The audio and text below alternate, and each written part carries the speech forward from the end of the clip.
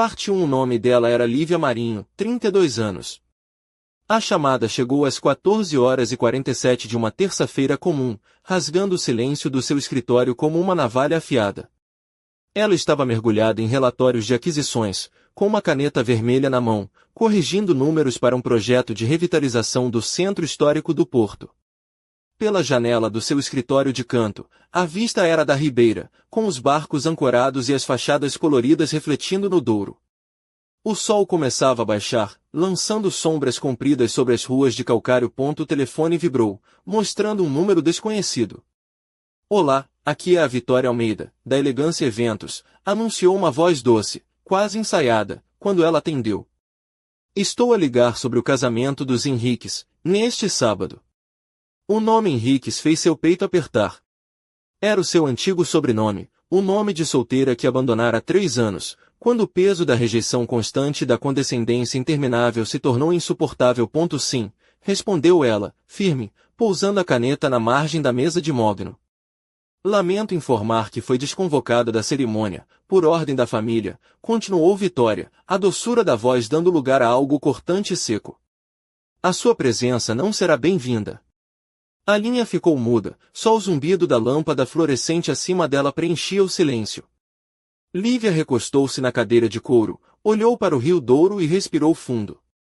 Compreendo, disse simplesmente. Ótimo, Vitória respondeu, quase aliviada. Assim é mais fácil. Disseram-me que podia causar uma cena. Tenha um bom dia. E desligou. Por um momento, Lívia ficou a olhar para o telefone. Então, uma risada escapou, uma risada verdadeira, afiada e sem defesas, que ecoou pelas paredes de vidro. Tinham conseguido. A sua própria irmã, Emília, enfiar a faca e a cravar a fundo, proibida de ir ao seu próprio casamento. A ironia era deliciosa.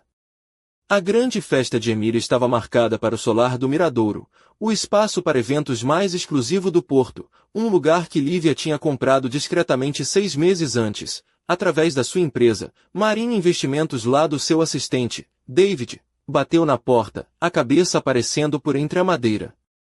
Senhora Marinho, a sua reunião das 15 horas já chegou. Cancelada, respondeu ela, ainda com um sorriso sutil.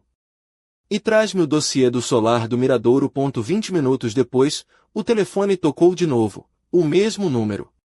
Olá, senhora Marinho. A voz de Vitória estava mais aguda, trêmula de pânico. Peço desculpa pelo que disse antes. Não sabia.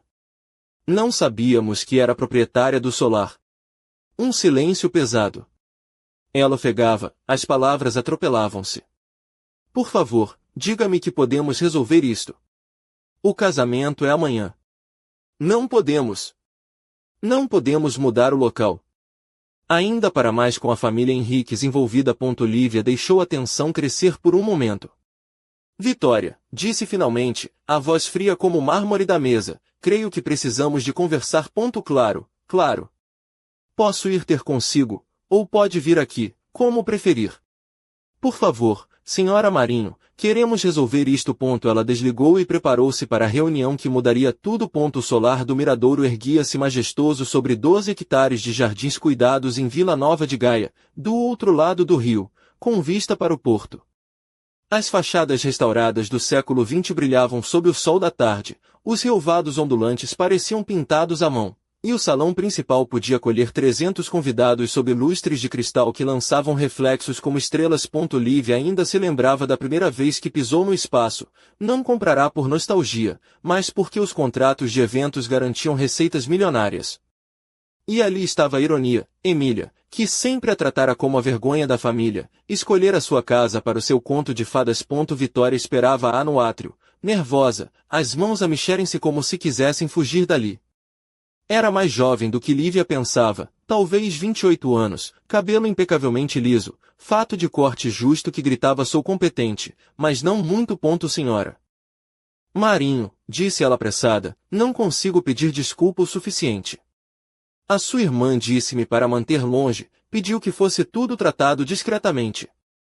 Não fazia ideia de que era a dona do solar. Lívia estudou o rosto da rapariga, o olhar nervoso a fugir.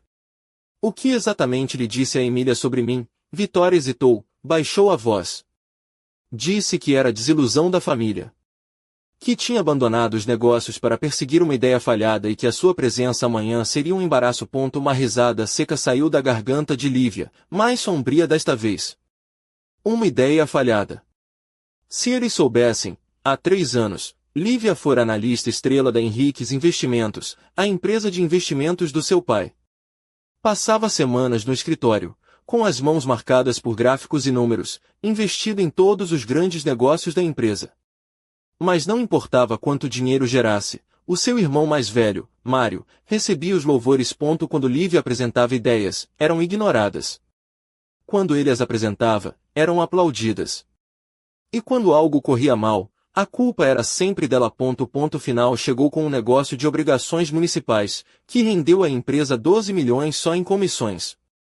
Ela estruturou tudo, carregou o peso nas costas até não poder mais. Mário fez o discurso e recebeu os parabéns. Quando confrontou o pai, ele rejeitou: estás a ser emocional, Lívia. Aprende com o teu irmão, em vez de competir. Ela saiu, armada com as suas poupanças, contactos e uma vontade feroz de provar que valia mais. Vitória, disse, sentando-se na cadeira de couro em frente à mesa dela. Conta-me tudo sobre o casamento de amanhã. Vitória abriu um dossiê grosso, as mãos a tremer. 250 convidados, cerimônia no Jardim das Rosas às 16 horas, coquetel no terraço, recepção no salão principal. A família Henriques não poupava no luxo.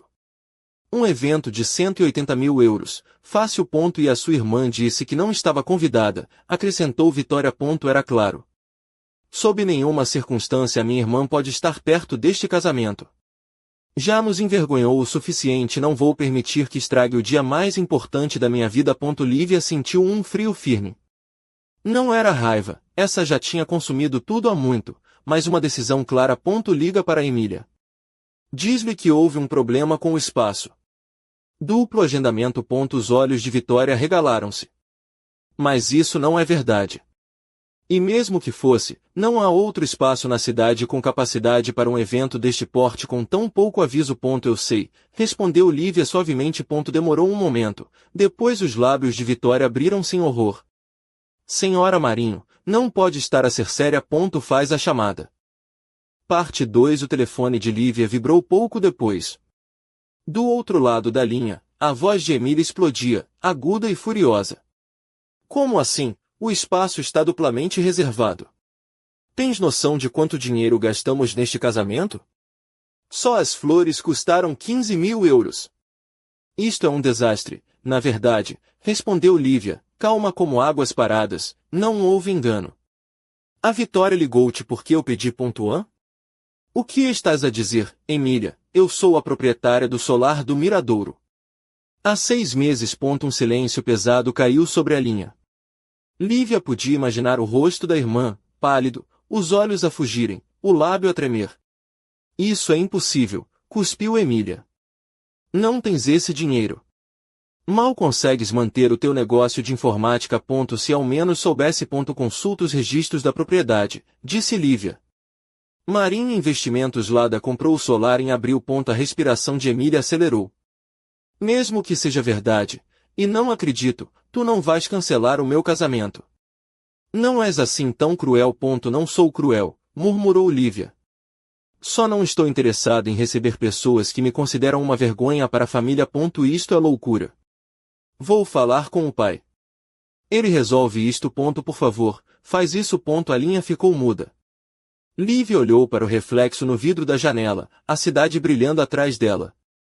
Pela primeira vez em anos, o equilíbrio de poder mudará. E, desta vez, ela não recuaria. Menos de 20 minutos depois, o telefone tocou de novo.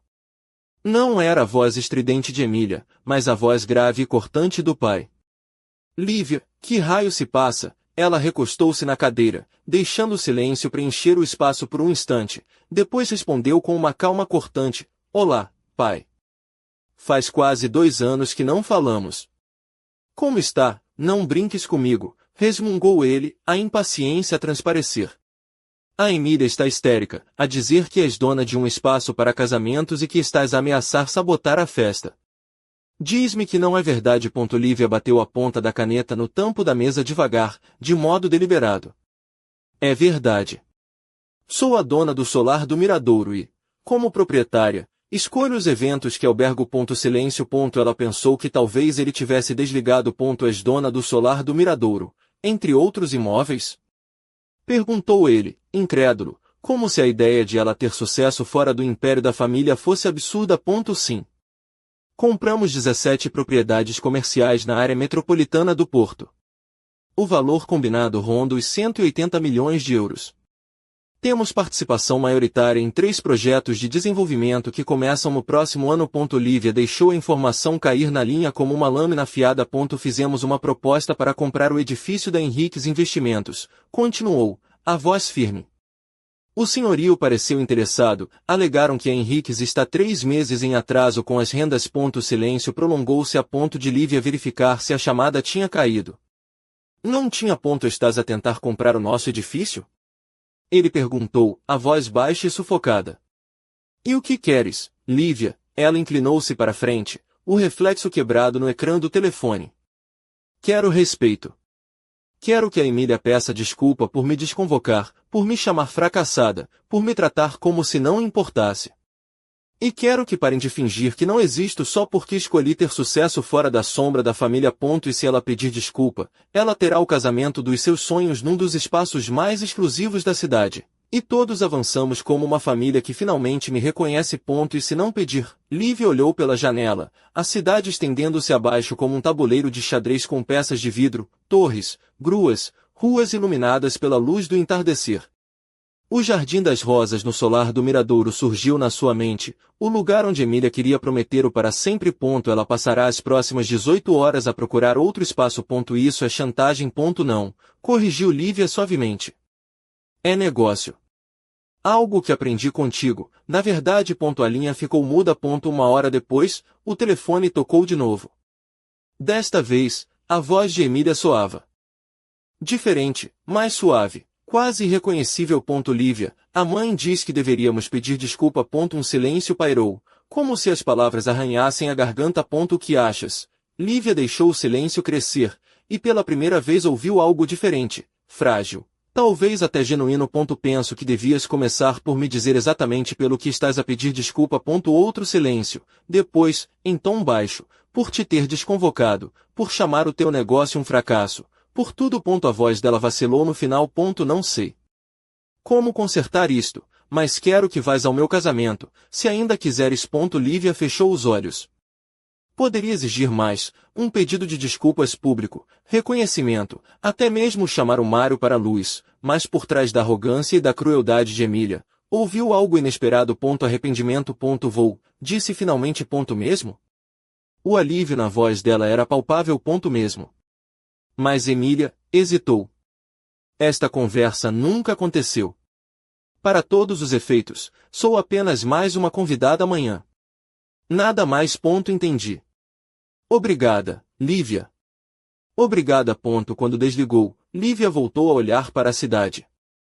Brilhava como vidro molhado, mas por trás do brilho, sentia fissuras, fraturas prestes a alastrar.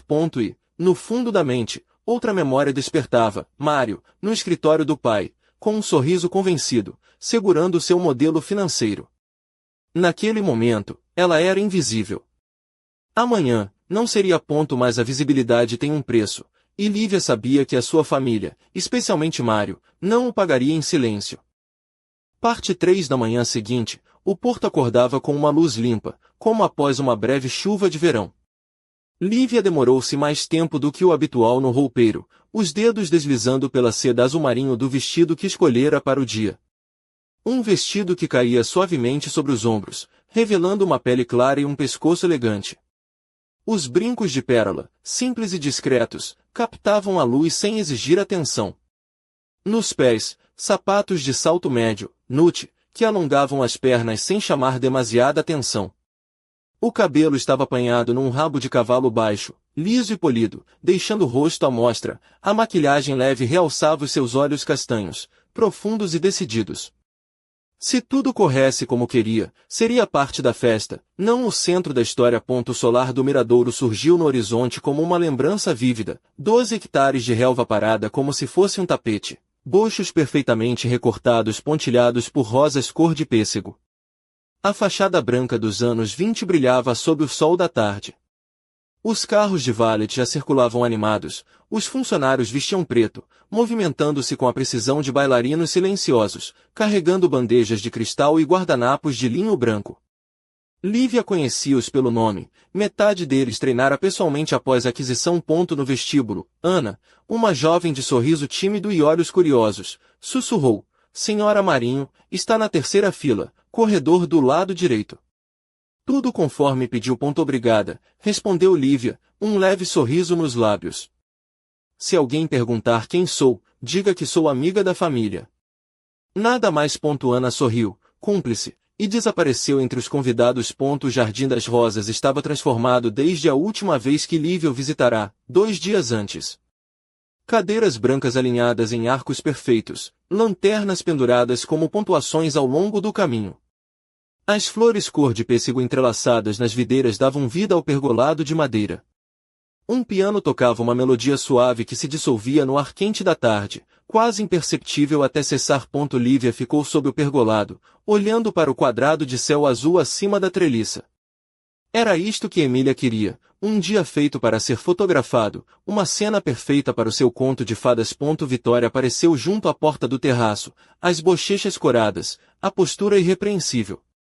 Senhora Marinho, disse, corrigindo-se rapidamente, Lívia, quero agradecer-lhe novamente pela sua indulgência ontem. Indulgência é uma palavra grandiosa, respondeu Lívia.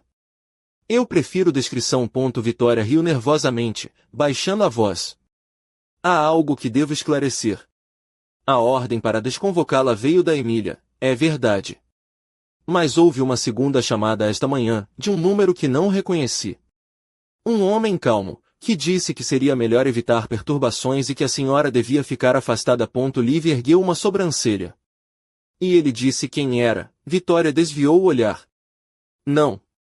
Mas sabia os nossos horários internos. Interessante, murmurou Lívia, o olhar a seguir a direção do seu irmão, Mário, que estava encostado a uma árvore de sombra, o telefone na mão, a gravata impecável. Expressão impenetrável. O calor antigo da humilhação subiu-lhe ao peito, mas arrefeceu rapidamente, como água a encontrar uma frigideira quente. Informação era oxigênio. Pânico, gasolina.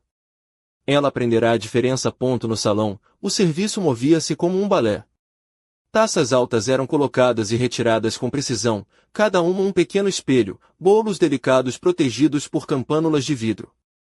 O chefe da pastelaria, que a tratava por Senhora M quando ninguém ouvia, levantou um dedo num gesto de saudação antes de desaparecer pela porta dos fundos. Lívia enviou uma mensagem a Mário, sem escrever uma palavra.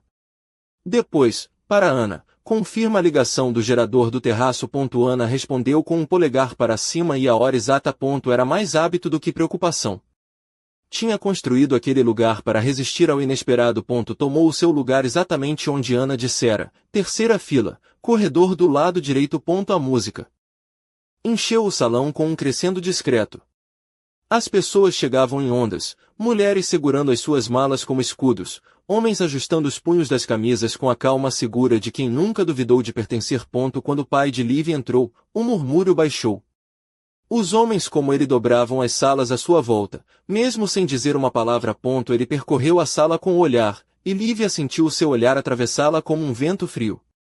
O olhar demorou-se, voltou atrás e ficou. Ela levantou o queixo um pouco, suficiente para ser notada, mas não o suficiente para convidar. Ele desviou o olhar primeiro. Depois olhou para Emília. Ela era um quadro inteiro, toda rendas e luz precisa. O vestido era teatral, mas o rosto sincero. A alegria tem a sua própria geometria. Quando os olhos de Emília encontraram os de Lívia, a boca abriu-se num choque que se transformou em suavidade. Ela deixou as suas madrinhas e correu, como uma criança que ainda sabia correr descalça. Vieste, disse, parando a um palmo, o buquê a tremer ligeiramente. Claro, respondeu Lívia. Estás bonita. Lívia, sussurrou Emília, e o nome não era uma arma, pela primeira vez. Obrigada. Por quê? Por deixar que hoje seja simples. Simples não era a palavra certa, mas Lívia assentiu como se fosse. Emília voltou para o seu lugar, e o corredor encheu-se de respirações contidas. O celebrante iniciou o ritual que, há séculos, une as pessoas em promessas impossíveis. Lívia deixou as palavras passarem, e algumas delas ficaram. As juras de Emília foram cuidadosas e sentidas. Quando o noivo, Rodrigo, respondeu, a voz firmou-se no nome dela. Lívia observou o pai a olhar para a irmã. O seu punho apertou o encosto da cadeira. A mandíbula de Mário pulsou. Um vento suave passou pelo jardim e as pétalas das peônias responderam. O beijo foi perfeito, digno de fotografia. Os aplausos subiram como um cardume de peixes. Os convidados levantaram-se. A música iluminou o salão. Lívia permaneceu sentada até o corredor esvaziar, depois levantou-se e deixou-se levar pela corrente do terraço para o coquetel. Fim da parte 3.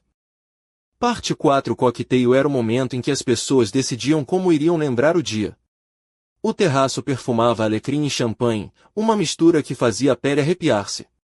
Os empregados passavam com bandejas reluzentes, carregando pequenos petiscos que brilhavam sob a luz do entardecer. Lívia foi abordada por uma mulher de vestido verde, que reconheceu do último encontro na Câmara Municipal, 2 meses antes. Lívia, disse, tocando-lhe no cotovelo com delicadeza, fomos apresentadas na reunião do Riverview. Você fez a única pergunta sensata naquela sala. A mulher apresentou-se novamente, desta vez como vice-presidente de um escritório familiar que preferia negócios silenciosos e pacientes. Falavam de planos de ordenamento, de zonas de risco e de como a teoria do papel raramente se traduzia na terra. Quando entregou o cartão, cobriu o número principal com o polegar e escreveu o outro por baixo. Este é o número que realmente atendo. Liga na quarta-feira. Em poucos minutos, outras 2 conversas aconteceram sem que Lívia as procurasse. Um engenheiro estrutural que lera um artigo técnico seu sob um pseudônimo. Um dono de galeria à procura de patrocinadores para um projeto de expansão do Distrito Cultural. Se o conselho aprovasse a fase 2. Os cartões de visita deslizaram para dentro da sua mala como pequenos barcos brancos, carregados de possibilidades. O telemóvel vibrou. Um texto de número desconhecido iluminou o ecrã. Sempre quiseste que eles te vissem. Por um momento, o terraço pareceu inclinar-se. Não pelo conteúdo, mas pelo tom. Lívia olhou à volta, mas manteve-se calma. Mário estava no bar, de costas para ela, falando perto demais de Vitória. O pai estava no extremo oposto, mãos nos bolsos, perfil recortado pela luz do entardecer. Emília ria perto das luzes penduradas, tudo nela brilhava. Lívia digitou uma única palavra. Quem? As bolinhas de digitação apareceram, desapareceram, reapareceram, e depois nada. Salvou o número com um nome secreto, conhecido só por si, e guardou o telefone. Vitória aproximou-se, serena, embora os olhos traíssem atenção. A banda está pronta. Em 10 minutos mudamos para o salão principal. Ana confirmou que a energia do terraço está estável. Bom trabalho, disse Lívia. Gratidão faz mais pelos outros do que dinheiro. Vitória hesitou. Para que saiba, não penso que a Emília quisesse magoá-la naquela altura, embora tenha soado assim. Quem a aconselhou a fazer isso? Vitória desviou o olhar. Não sei, mas se quiser que eu mude qualquer coisa esta noite, mesmo pequenina, diga. Discursos curtos, respondeu Lívia, rindo como quem recebe clemência pela 2ª vez. No salão, os lustres guardavam a luz como fruta madura. As mesas brilhavam. Os cartões de lugar alinhavam-se como uma mão perfeita de cartas. Lívia percorreu o perímetro, como fazia sempre antes da primeira dança. Os convidados chegavam em marés suaves. Um advogado de urbanismo queria falar dos direitos à beira-rio, um assistente do conselho mencionou, sem querer, a expansão do Distrito Cultural. Negócios entrelaçavam-se na noite como fios de ouro invisíveis. Mas por baixo de tudo, o subtexto pulsava. Mário observava, calculava. O pai estava inquieto, a recalibrar. Emília brilhava, alheia à tempestade que se aproximava. Lívia afastou-se para o terraço, precisando de ar. As luzes do jardim acendiam-se aos poucos, em flores lentas e desordenadas. Retirou o telemóvel do bolso. Outro texto aguardava. Eles veem-te agora, mas tu vês-nos. Ela fitou as palavras. Atrás, a música abafada do salão. Pela primeira vez naquela noite, um arrepio percorreu-lhe a espinha. No salão, a música afrouxara com a aproximação da meia-noite. O ar estava carregado do cheiro a champanhe, rosas e risos cansados. Os convidados dispersavam em ondas, as saias de seda sussurrando no mármore, os blazers pendurados nos ombros. Emília e Rodrigo ainda rodopiavam no centro, dois jovens que, naquela noite, acreditavam que o mundo podia dobrar-se ao seu amor. Lívia estava na margem, invisível, mas não ausente. O telemóvel. Ainda quente na mão, as palavras "eles vêm-te agora" a rodar na sua mente. Mário não saíra do salão. Estava perto do bar, copo na mão, expressão indecifrável. A mensagem podia muito bem ter sido escrita pela sua voz. O pai, mais tarde, chamou-a para o terraço.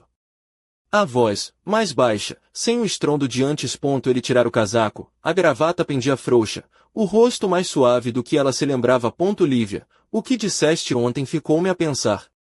O respeito. O que acontece agora? Ela manteve-se em silêncio. Ele limpou a garganta. A Henriques Investimentos não é o que era. Tens razão sobre os Ashort. O fluxo de caixa está apertado. Os mercados mudaram.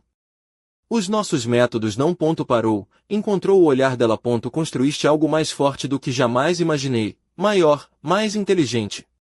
Seria tolo não reconhecer. Parte da Lívia quis festejar a confissão. Outra quis rir da amarga ironia de só ser vista quando a sua empresa ultrapassou a do pai. Mas ela ficou imóvel. Que queres, pai? Quero propor uma parceria, Henriques Investimentos e Marinho Investimentos, projetos, desenvolvimentos, nomes emergentes até.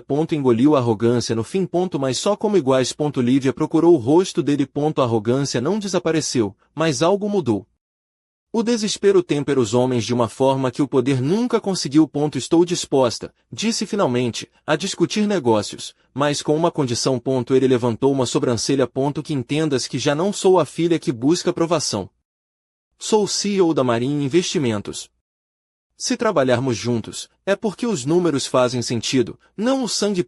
Ele exalou pelo nariz. Entendido. Por um momento, ficaram lado a lado, em silêncio, as luzes da cidade a piscar além dos jardins. Lívia perguntou-se se aquilo era reconciliação, não calorosa, não suave, mas um contrato escrito em honestidade pela primeira vez. Fim da parte 4.